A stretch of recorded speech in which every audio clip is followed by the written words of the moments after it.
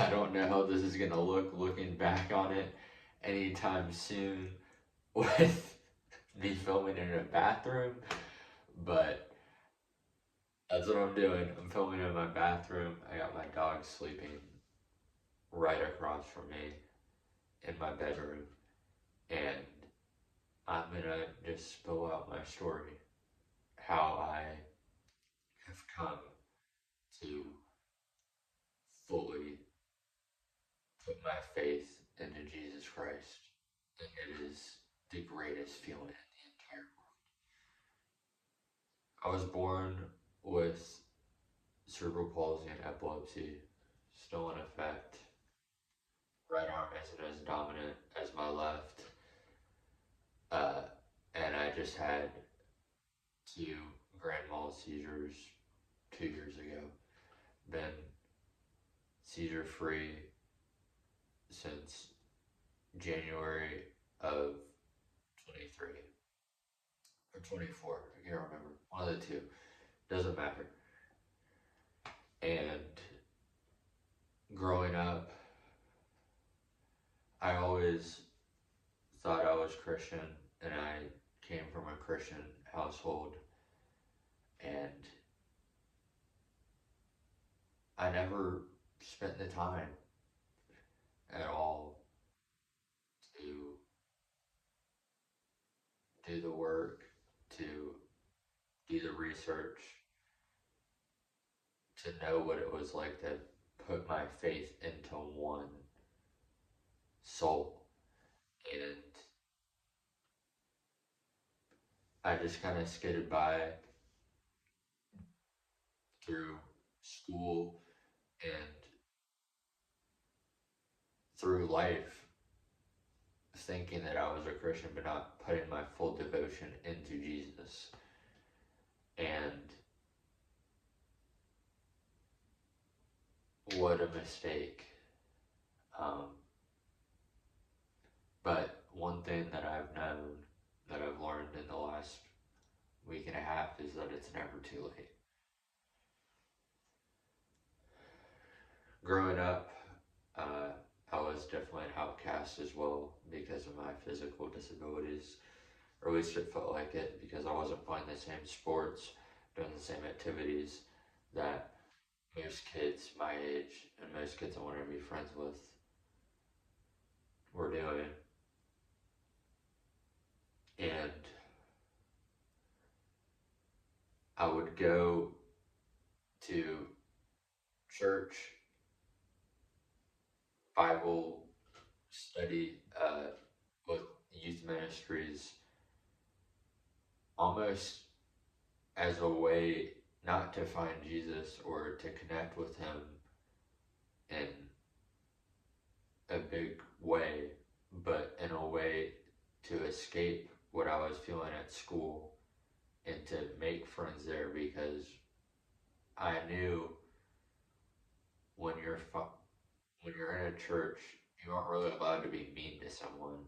So I was like, oh, so I'm just gonna make friends here because no one's really gonna try and pick on me because of where we are, what we're talking about. And that was what was going on in my life for about 2 years. I go every Sunday for the most part. And that was just like the 1 hour every week in my life where I didn't feel stressed or depressed or an outcast. And then it got progressively worse because I decided to start posting on social media about politics. And I'm not going to give away what side I was leaning. And I'm not really on his side anymore. I'm on Jesus' side, if anything. But me posting that isolated myself from anyone. And it made me afraid to go to church. I was like, do some people not want to see me at church? Do I because I know people don't want to see me at school, they don't want to talk to me. I'm just getting battered and all this stuff at school because I was posting my opinions, and I came to realize once I got to college that none of all that stuff was really worth it. Like politics isn't worth losing your life, losing your friends, losing all hope you have in having happiness. Like no, like political opinions aren't worth that. And I got to college, it felt like a fresh start. Um, I had a good amount of followers on TikTok on that political account. I ended up getting banned, which in hindsight was the greatest thing possible that could have happened to me because no one could really see any of my videos anymore. Nobody really had a sense of what I thought, who I was, because all of that stuff kind of gets removed on TikTok. And I felt for the first time in my life in college, I was like, I get along with these people. I have found two great friend groups that I'm still in today, and I'm so grateful for. And I thank Jesus that He gave me those people. And I still talk to as many of those people as I possibly can today. But it still felt like something was missing this past year. And I wouldn't say I became an alcoholic, but when I drank, I couldn't stop. And I lost the most important person in my entire life for a good portion of time due to alcohol reasons. And it broke me. I spiraled into depression for a few months.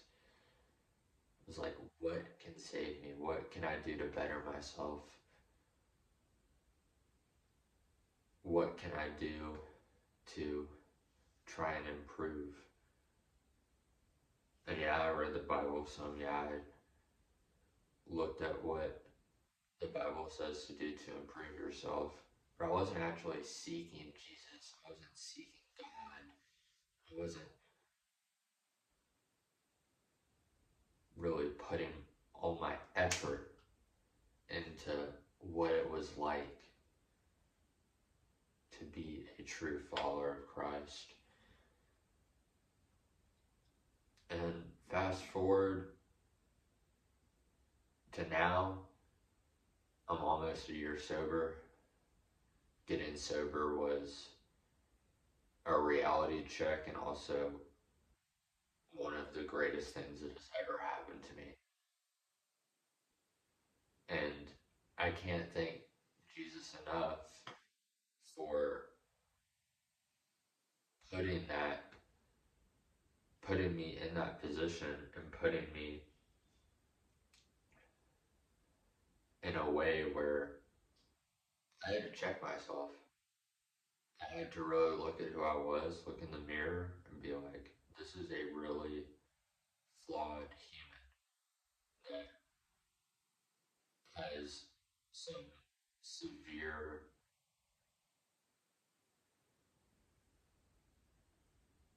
problems that he needs to evaluate and try and discover and do better. And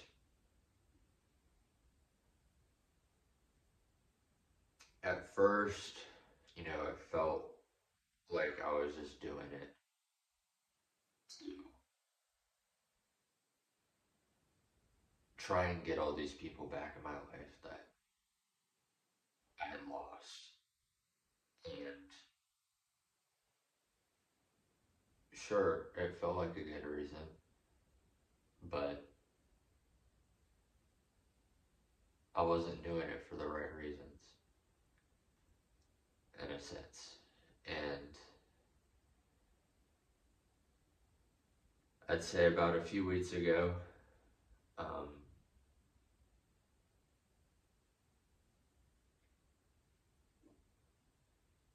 I went to go see who is now one of my greatest influences in life, Bryce Crawford, speak. And it really changed my life. The way he talked about his story, the way he talked about how Jesus saved him, how we all have our purpose, and how we're supposed to be following in his guidance. And I saw as about 2,000 people were just in this big giant room, just listening to what he said and just listening to him say the Lord's Prayer, him say what his story was, and how great it was. Daisy, are you okay? Daisy, are you okay? To see his story of how he went from not finding a reason to live to praising the highest up and influencing people in a way that I had never seen before, that he had just done to me. And I was like, wow, it's time for me to get started because I want to have that feeling that he just did to me. I want to have that feeling to other people. And since then, I've just been doing research. I've been reading. I've been trying to speak the Lord's name into existence. And it's been two of the greatest weeks of my life. I've felt more religious, more free than I've ever felt in my entire life. And it's just been great. I can't wait for this journey to continue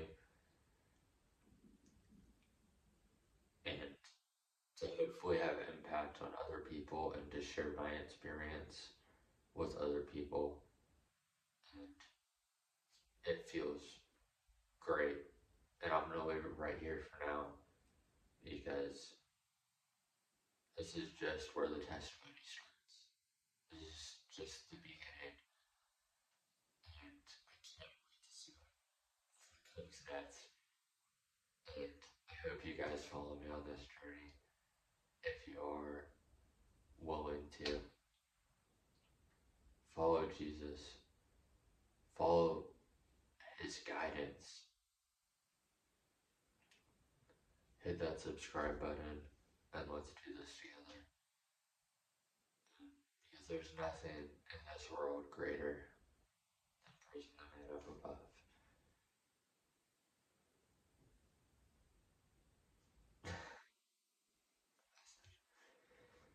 um,